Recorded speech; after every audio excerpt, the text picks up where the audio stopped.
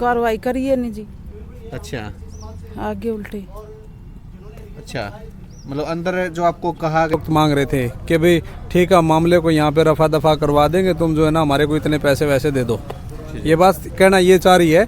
और उसी हिसाब से जो उसने अपने, उसके पास पैसे तो थे नहीं, तो मकान भी उन्होंने कोशिश करी कि भाई। ग्रेटर हरियाणा न्यूज़ देखने वाले सारे दर्शकों ने संजय दून चैनत की राम राम। हाल फिलहाल आप जींद मौजूद हाँ, जींद सिविल लाइन थाना के मौजूद हाँ।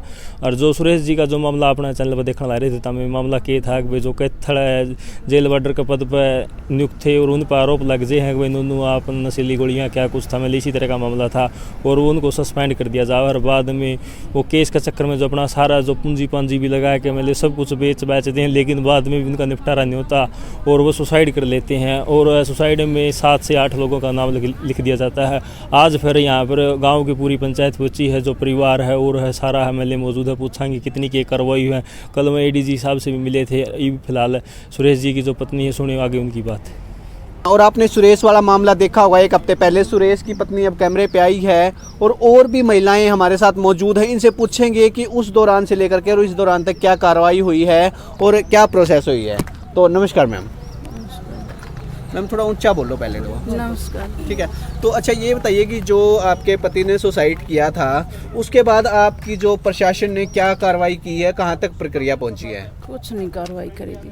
अच्छा हंडर ला रहे हैं, धक्के खांदे हैं, बेच दिया को अनोन।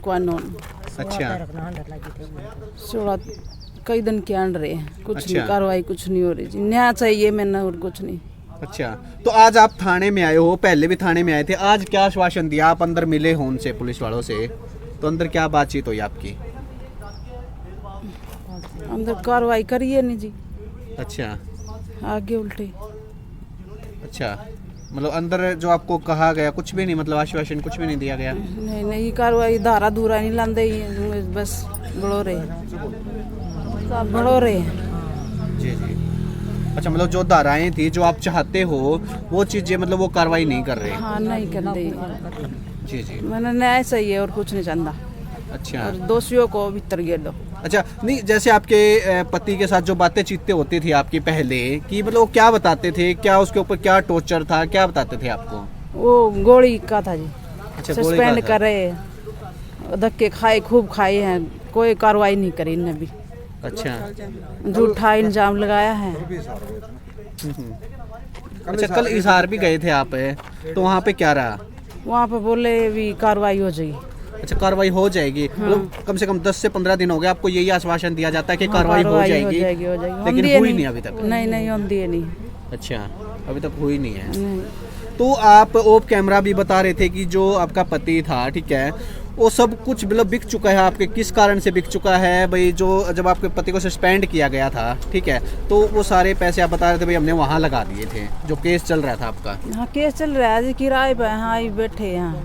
अच्छा, किराए पे बैठे हाँ हो? किराए पे बैठे। खुद का प्लाट नहीं है आपका? नहीं जी, वो है ही कौन, किराए पे हम तो। अच्छा, दो। ठीक है भाई, चलो एक बार चालू करो आप। थोड़ा बोलना तो पड़े, स्टार्ट करो। खुल के बोल थोड़ा सा, ठीक है। हाँ, वो बताने मकान भाई, ठीक है, आप बताना। अच्छा, तो मैम आप एक वो बता रहे थे कि जो आपका प्लाट बिका था, वो क्या कारण था? वो प्लाट चेक चूक लगा रखा था, जी तो वो बेच दिया और फिर चेक लगाया, पाछा भी कुछ नहीं दे, उस पर है किराए पे। अच्छा, किराए पे हैं? हाँ तो वही मतलब अच्छा, बोलो। किराए पे हैं जी, और के कुछ नहीं है। तो भाई देखो भाई, इसकी जो उसकी पत्नी है वो बोल नहीं सकती, पत्नी ज्यादा बोल नहीं सकती, उनके भाई हैं बड़े, उनसे पूछेंगे इस बारे में पूरा। तो नमस्कार भाई साहब। नमस्ते जी, सभी को नमस्कार। भाई मामला मैं आपको बता दूं, जो ये हमारी भाभी बता रही हैं कि भाई जो मकान है वो किराए का है, वो किराए का मकान भी कैसे, मैं बता दूं, इनसे डिस्क्लोज किया गई बातें कि भाई 7.5 लाख रुपए की फ़रोख्त मांग रहे थे कि भाई ठीक है, मामले को यहाँ पे रफा दफा करवा देंगे, तुम जो है ना हमारे को इतने पैसे वैसे दे दो, ये बात कहना ये चाह रही है। और उसी हिसाब से जो उसने अपने, उसके पास पैसे तो थे नहीं, तो मकान भी उन्होंने कोशिश करी कि भाई दे दिया जाए, तो वो मकान बेच करके वो पैसे भी उनको दिए हैं या नहीं दिए हैं वो तो देखो उन्हीं को पता है, लेकिन ये सच्चाई है कि भी किराए के मकान में ये अब रहने लग रहे हैं। और वो मामला सारा का सारा जो है वो उन्हीं की मिली साजिश इसके अंदर हमें 100% लगती है कि भी उसी वजह से वो बेचा गया है मकान। अच्छा, तो भाई साहब जैसे आज आप यहाँ पे थाने में भी आए हो, ठीक है, तो अंदर क्या आश्वासन मिला आपको, मतलब कुछ ऐसी ठोस कार्रवाई होगी या नहीं हुई, क्योंकि 15 दिन से आप भटक रहे बता रहे थे। मैं आप सब के दर्शकों को ये बता दूं कि भाई जो अभी तक यहाँ कार्रवाई अंदर यह आश्वासन हमें मिला है वो पूर्ण रूप से संतोषजनक बिल्कुल भी नहीं है। जस्ट फॉर्मेलिटी है उसको आप यूँ कहो, और ये फॉर्मेलिटी भी इसीलिए क्योंकि एडीजी साहब के पास गांव की पंचायत कर मिली थी, तो इमीडिएटली उन्होंने वहाँ से एसपी बिजारनिया को फ़ोन किया और उन्हीं के मार्फत से वो सारी चीज़ें हो पाई हैं। इन्होंने एफआईआर तो दर्ज हमारी कर दी सिर्फ 306 और 34(2), जबकि उसमें 120B भी बनती है, SC/ST एक्ट कोआ भी बनता है, वो चीज़ें भी नहीं लगाई गई। सबसे बड़ी मोटी समस्या तो हमारी ये भी है कि भी 120B भी नहीं लगा रहे इसके अंदर, और कह रहे कि आज शाम तक आपकी एफआईआर दर्ज हो जाए, वो एक्ट भी उसमें जोड़ दिया जाएगा, इन्वेस्टिगेशन करेंगे।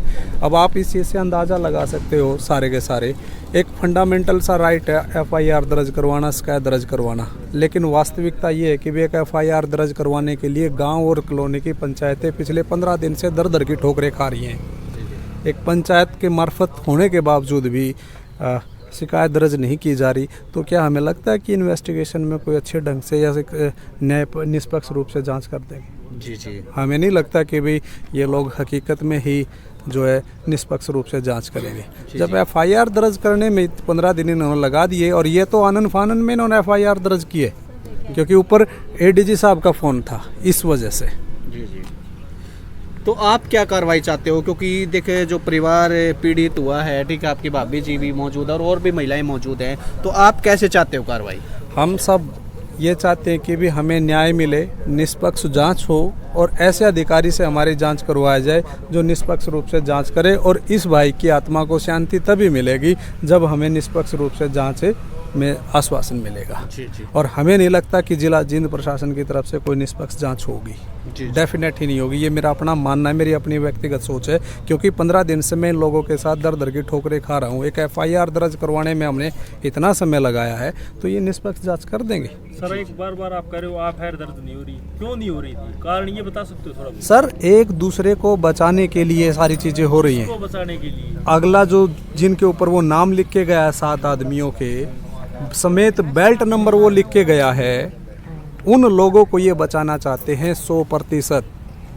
वो जालसाजी हो सकती है, वो पैसे लिए हो सकते हैं, या किसी भी रूप से। सुसाइड नोट में जो स्टाफ वालों का नाम है बिल्कुल है सर, 7 बंदे हैं, उसमें 3 अधिकारी हैं और 4 कर्मचारी लेवल के, तो उनको बचाने का, इनका संरक्षण करने का मतलब है 100% कार्रवाई नहीं होती। हम लोग SHO से लेकर के DSP से लेकर के ASP से लेकर के DC से मिल कर के SP से मिल कर के 5 लोगों के पास गए हम लोग, लेकिन 5 लोगों ने सिर्फ अपने से पल्ले से गार झाड़ने की बात की। वो बतौर जेल वार्डर कैथल पोस्ट पे थे जी, जेल विभाग में एज ए कार्यरत थे जेल वार्डर के पोस्ट पे, और एक प्री प्लान पॉलिसी के तहत उनको फंसाया गया है। ऐसा CCTV फुटेज उन्होंने मांगी अपनी निर्दोष दिखाने के लिए कि मैं अगर निर्दोष हूँ तो मुझे CCTV फुटेज दिखा दीजिए। वो एप्लीकेशन उन्होंने लिख रखी है, लेकिन जेलर साहब महोदय ने सिक्रेसी का मामला लगा करके उनको CCTV फुटेज भी नहीं दिखाई। तो कहीं ना कहीं वो एक ज़्यादा पढ़ा लिखा इंसान नहीं था, वोकेशनल +2 पास था और सामाजिक आदमी था। रसूख उसका इतना अच्छा था कि भाई वो अंधाधुंध विश्वास कर लेता था, और उसने अपने सुसाइड नोट में लास्ट में बयान में लिखा भी है कि भी किसी के ऊपर अंधाधुंध विश्वास ना करें, कि जो विश्वासघात मेरे साथ हुआ वो आपके साथ नहीं होगा। वो सुसाइड नोट में ये बातें लिख के गया है। तो वही देख सकते थे, वही ये भाई थे उनके, इन्होंने जो बातें बताई है, क्योंकि आप वेट कर रहे थे, कमेंट कर रहे थे भाई फिर से उस परिवार से मिलवाइए कि क्या आगे कार्रवाई हुई है, तो कार्रवाई ये हुई है भाई, और भी जो भी कार्रवाई होगी, जो भी इनकी नई अपडेट होगी वो आप तक हम साझा करते रहेंगे। मिलेंगे एक नई अपडेट के साथ, तब तक के लिए जय हरियाणा, जय हरियाणा।